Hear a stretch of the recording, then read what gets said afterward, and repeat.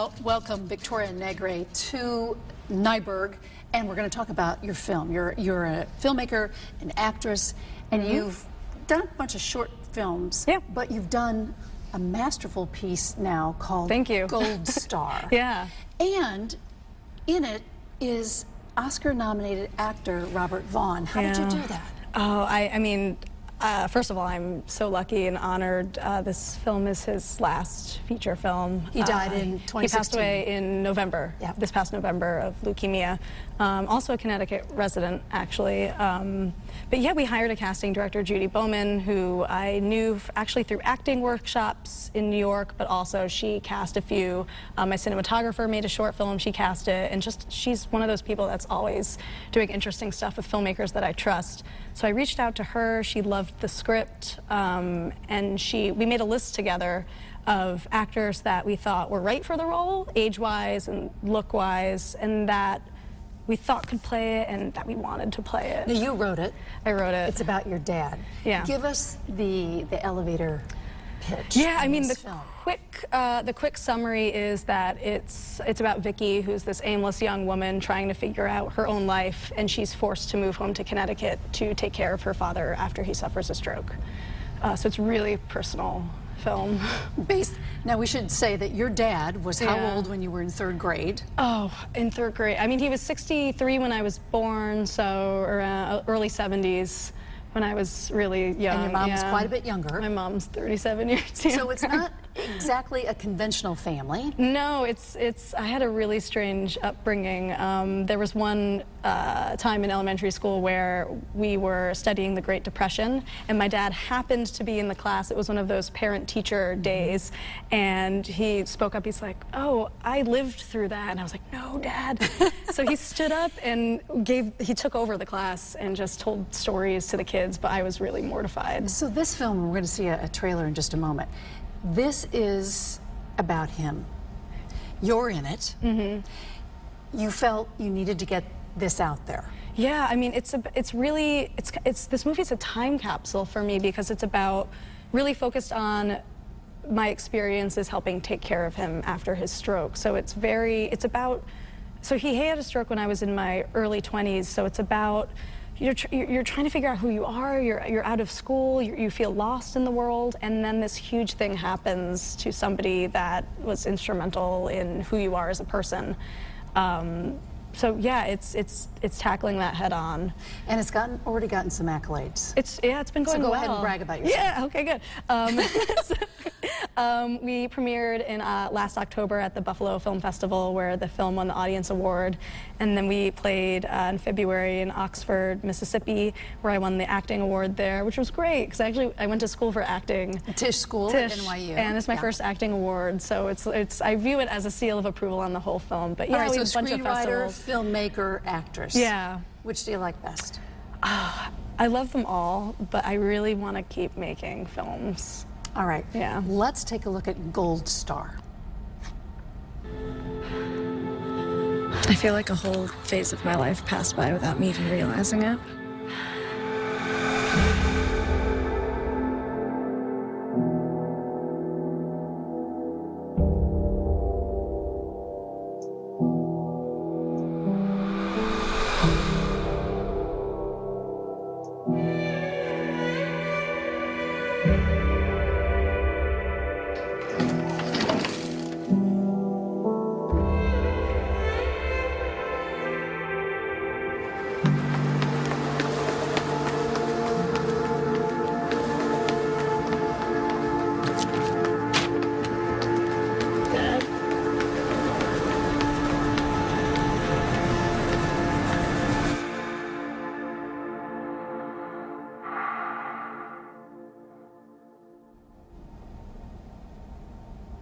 And now it's 2017. So 2017, yeah. What is it like acting opposite Robert Vaughn? So surreal. I grew up watching him with my father. My dad was a fan of his, Magnificent Seven. My dad loved cowboy movies. You saw the shot of me with the hat. Yeah, really surreal. I mean, I couldn't believe he said yes. What did he teach you? He taught me to trust myself. He said yes to the film because he believed in it and he believed in me. And I guess I just kept feeling imposter syndrome. It's my first film. I didn't feel like I belonged as a filmmaker because I came from an acting background. So I was really battling that, like, do I belong? Should I be doing this? I really want to, but should I be? And him saying yes and trusting me completely on set really changed me forever. Yeah, I feel like I owe him for the confidence that I think I bring into the film. So now you can act, now you can direct many great actors I'm working and actresses. on, hopefully, knock on wood. As it has rolled out, what are people saying to you about this film? It's been really great for me to have conversations with people after the film about what it's like to have an older parent or to try to take care of somebody with that's trying to recover from a stroke or battling Parkinson's or Alzheimer's. At our screening in Phoenix last month, this woman was crying throughout the Q&A and then came up to me and we had a conversation about taking care of a parent. I made this film feeling really alone in that struggle of helping take care of my dad with my family as a young person, and there weren't many people that I could connect to, and it's been really lovely connecting with people that are going through something similar, and I hope it helps them and makes them feel less alone, because I felt really alone when I was struggling with it. Was it easy to write? No, no, it took so long. Yeah, well, you're only 30 years old, so it didn't take that long. Yeah. When you found yourself writing about your life and your dad, did it take a year? Did it take 2 years? Did you get help? I got a lot of help. It took at least a year. I started writing it when my father was still alive, and he knew I was working on it, which meant a lot to me and helped me continue to push with it. I had a script consultant that I got connected to, Simona Atias. She was really instrumental in giving me early feedback before I had producers. And then once producers came on board, we held workshops where we would dive into the script and bring actors on board to read it out loud and then get feedback. So it's a constantly evolving process. Even on set, if a line wasn't working, we would throw it out and I would say to whoever the actor was, what would you say? What feels more natural? So the screenplay's never done. What's it like directing yourself? Really strange. I mean, I hear that all the It's time, surreal. but I don't know how you do that. Calling cut is it's a weird thing of when you're acting in a scene and you're in it and you're feeling these emotions, and then all of a sudden you're like, oh yeah, right, cut. I have to call cut. It's strange. It's this out of body. It's like you have two brains and they're battling each other, and it's focusing on the acting side, but then switching your directing brain on once it's over to kind of evaluate and look at the footage if you have time, get the playback, which often we didn't. So it was a lot of trusting people around me and using my gut instincts.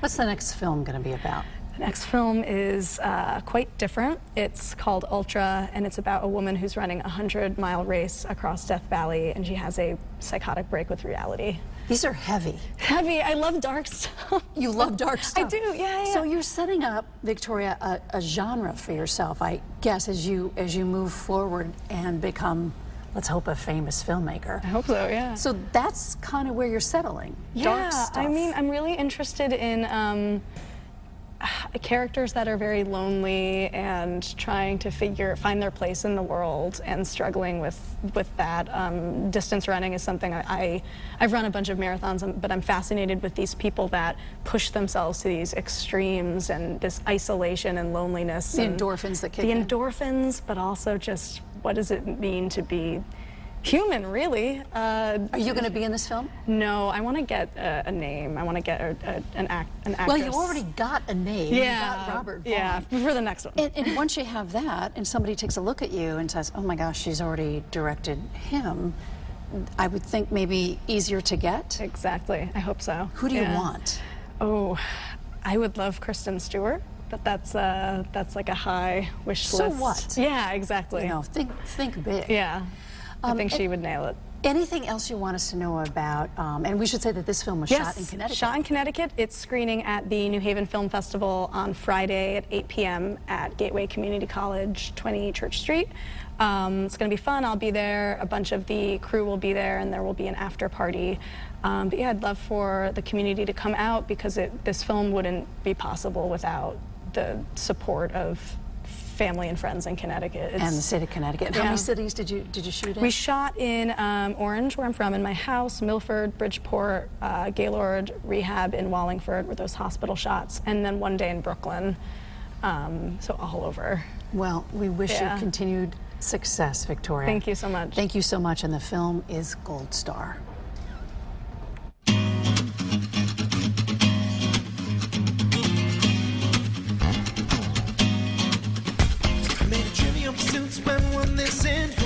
Spend all night kissing and if one was right here, then who else is missing? Got a little sidetracked if I'm as a wish and I find the keys to the door, but it's also a metaphor. Things keep locked in the grocery store, but mine just to save time. Skip right ahead to the last ride.